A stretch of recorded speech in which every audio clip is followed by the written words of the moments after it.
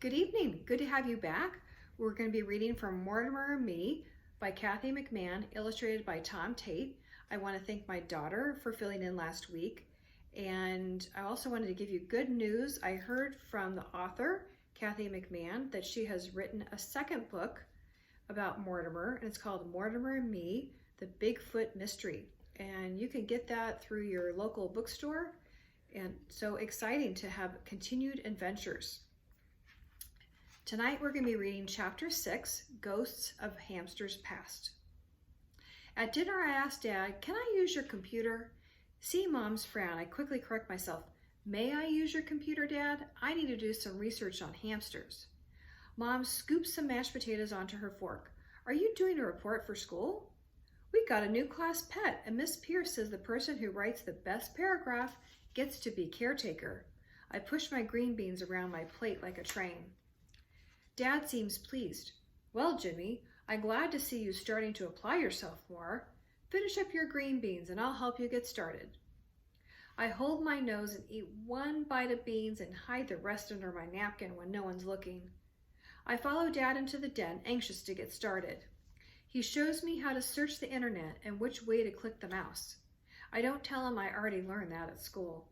Sometimes it's better to let your parents think they're teaching you something new. Soon I'm online, surfing the net like a pro. Dad stands up and says, "I'll be in the living room reading the paper after I help your mom with the dishes. Give us a holler if you need any help." I'm so focused on what I'm doing that I don't hear the scratching at the window. It's only when I hear a thumping noise that I look up to see two Oreo-sized eyes staring at me through the curtains. I'm about to cry out for help when I realize who it is. "Mortimer!" I scold him through the open window, careful to keep my voice down so Mom and Dad don't hear. "You scare me half to death."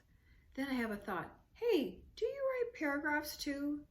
Mortimer snorts and thumps his hoof on the ground. "Jimmy, how are you doing?" Mom yells from the kitchen. "Do you need any help?" "No, Mom," I turn from the window. "I found a website that's giving me lots of cool facts about hamsters."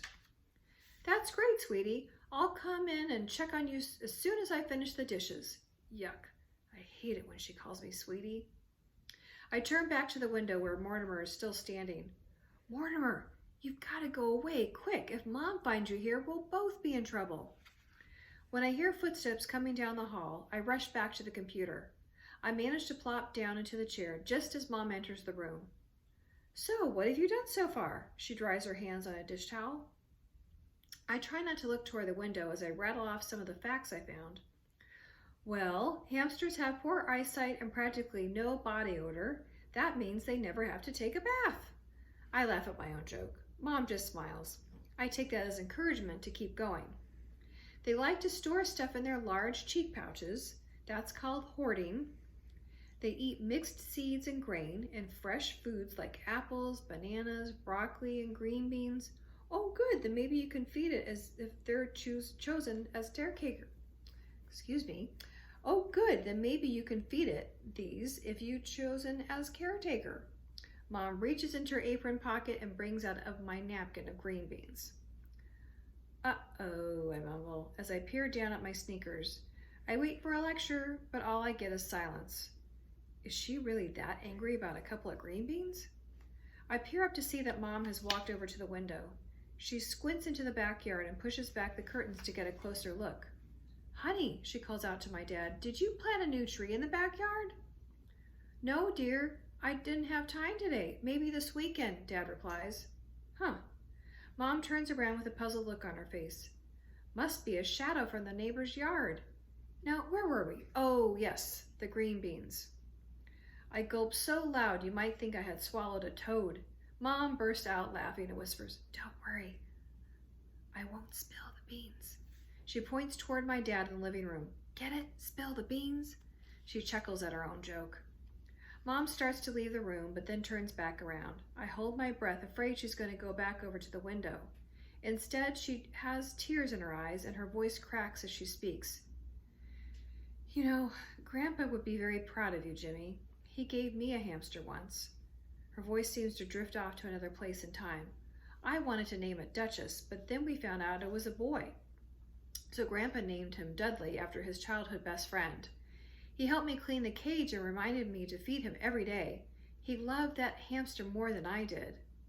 Mom sniffs as she gives me a hug and goes back to the kitchen. Miss Pierce has to choose me now. If it is to be, it's up to me. I go back to work on my paragraph when I suddenly remember Mortimer. I run over to the window and stare into the backyard. There he is, over by the open gate, not moving a muscle. Lucky for me that Mom thought Mortimer was a tree. She must have eyesight like a hamster.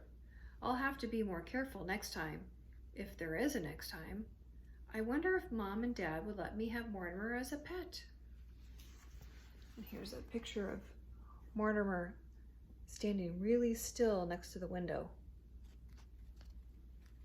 Okay, that's it for this evening. We'll be back with Chapter 7, Teacher's Pet. Have a good night.